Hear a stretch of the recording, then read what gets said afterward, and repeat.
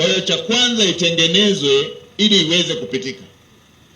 Hatua hizi ambazo zinaendelea kwa sasa, mkandarasi aharakishe utekelezaji wa huu mradi ili wananchi wa maeneo haya wasiendelee kupata shida. Kwa hiyo nimefurahishwa kuona hizo kazi zinazoendelea. Endeleeni. Mheshimiwa Waziri, simamieni. Mheshimiwa Mkuu wa Mkoa, simamieni kazi hii isisimame. Na leo hapa baadaye nitamkaribisha Naibu Waziri wa Fedha ili asemee hii hapa, lakini pia na ile nyingine ambayo inatakiwa bilioni 1. Mheshimiwa Naibu Waziri, hauwezi ukakosa bilioni 1 ya kufanya barabara ile iendelee kujengwa. Muda huu wakati naongea, ongea na wenzako makao makuu kule, waseme bilioni 1 inatoka lini, mkandarasi aendelee na kazi. Lakini la pili, kwa muundo wake barabara hii ni bypass. Inaweza ikatupunguzia msongamano kule kwenye barabara ya mjini. Arusha tumeshajenga bypass na maeneo mengine tumejenga bypass.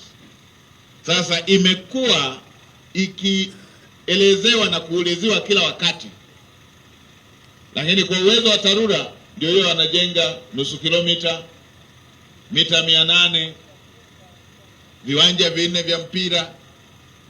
Tutamaliza lini kwenda mpaka kule? Sasa mkuu wa wilaya pamoja na mkuu wa mkoa, TARURA pamoja na TANROADS, Mheshimiwa Naibu Waziri wa barabara yuko hapa. Hii barabara kwa sababu ni bypass, ipandisheni hadhi iende kwenye TANROADS ili iweze kujengwa mara moja kwa kiwango cha lami. Fanyeni huo mchakato mapema ili ikishaingia huko ijengwe kwa mara moja, hizi kilomita zote zijengwe kwa mara moja kwa kiwango cha lami. Ili tulimalize hili, tutakuwa tumetatua tatizo la msongamano kule ndani, na tutakuwa tumetoa suluhisho la kudumu la haya matatizo ya kujitokeza, lakini pia tutakuwa tumesaidia kutoa mazao huku ambako ndiko uzalishaji mkubwa ulipo.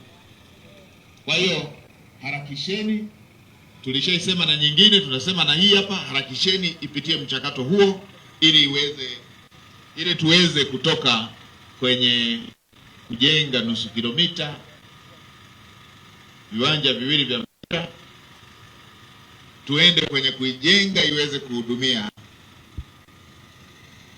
shughuli kubwa hii ya uzalishaji.